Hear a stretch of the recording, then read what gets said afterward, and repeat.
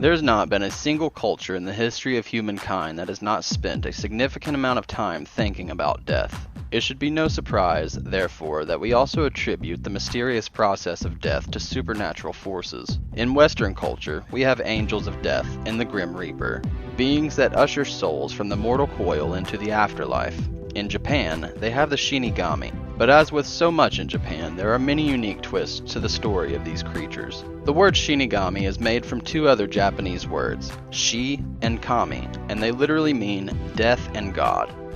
In Japanese mythology, the world is filled with kami of various sorts. Everything in the world has a spirit that governs it. There are kami of the sky, of the rivers, and of luck, and of course, death. These are the Shinigami. The death spirit's job is to invite mortal humans to death, which sounds more polite than having your soul reaped by a tall skeleton in a robe. However, just kami are true Shinigami, which is not always clear. For example, Izanami is sometimes referred to as the first Shinigami because she introduced death to the world. Likewise, Yama, the god of the underworld, is also thought of as a Shinigami, but it's not entirely clear whether these two are truly death spirits or not. What do the Shinigami look like? That's a surprisingly difficult question to answer, since death spirits are invisible to everyone except a rare few who have some sort of connection to death or who are close to dying themselves. On top of this, it seems that even when Shinigami are seen, they never have the same look or shape. This means you won't necessarily recognize one if you should see it. Very little is known about the parents of the death spirits. Presumably, they must share the same mother and father as all kami. Specifically, they must originate from Izanami and Izanagi. However, for reasons that will be explained below, they are never mentioned in the original creation tales, and so we left with nothing more than educated guesses. Origin and history. Although Shinigami are kami like any other in Shinto religious lore, they are actually a relatively modern invention. It was not until Japan came into contact with the West that the idea of a death god or spirit such as the Shinigami really entered the collective imagination. It very well may be that the Western folktales of a Grim Reaper served as the original inspiration for these Japanese death spirits. When exactly did this idea of death spirits come about? Well, no one is really sure, but it seems like it may have been as recently as the 18th or 19th century. Before the idea of death, kami came to Japan. Traditionally, beliefs did not necessarily see death as a bad thing, but as a normal part of the cycle of existence. Death spirits are therefore no scarier than garbage collectors or other public servants in a way.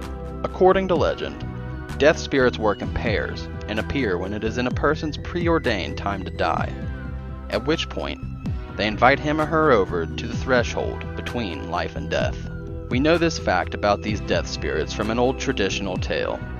A man who is about to commit suicide comes face to face with a Shinigami who reveals itself. The death spirit tells the man that it is not his time to die, because lives are measured as candles that burn down, and since his is not burnt down yet, he should live on. The Shinigami then tells him a secret that can help him make money. He reveals to the man magic words that will send a death spirit away. Pretending to be a doctor, the man visits the deathbeds of patients and uses the magic words to banish the death spirits. However, he may only do this if the death spirit is sitting at the foot of the bed. If it is sitting at the head, it means the person's candle is burned up, and they must die. This little trick allows the man to become extremely rich, but eventually it all goes wrong, and one day the Shinigami is sitting at the head of his bed. The family of a dying patient offered a fake doctor an obscene amount of money to save their loved one, and he tries to trick the death spirit by turning the bed around. When he tries to banish the Shinigami, however, he instead burns up the rest of his own candle and dies. In modern times, many Japanese people who belong to the Shinto religion still very much believe in Shinigami, as they do in other kami. Of course, modern Japan is a very secular nation, so most people do not literally believe in the existence of Shinigami.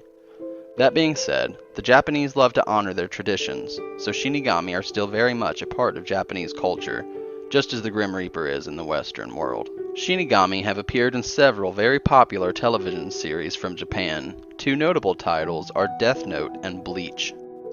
In Death Note, the Shinigami are grotesque creatures that write the names of mortals who are to die in a notebook. One of these death notes falls to Earth and into the hands of a human who tries to rule the world with it. In Bleach, the Shinigami are actually a society of Japanese samurai whose job is to keep the law of the land and order in the afterlife. They usher souls to the beyond and keep lost and unruly souls in check. Stories about Shinigami have been popular throughout history, and it seems likely to remain this way. If you guys enjoyed this video and want to see more like it, feel free to hit the subscribe button and give us a follow. And if you'd like to continue to support the show, head on over to patreon.com/whatweknow and become a subscriber. We appreciate your support, and as always, thanks for watching.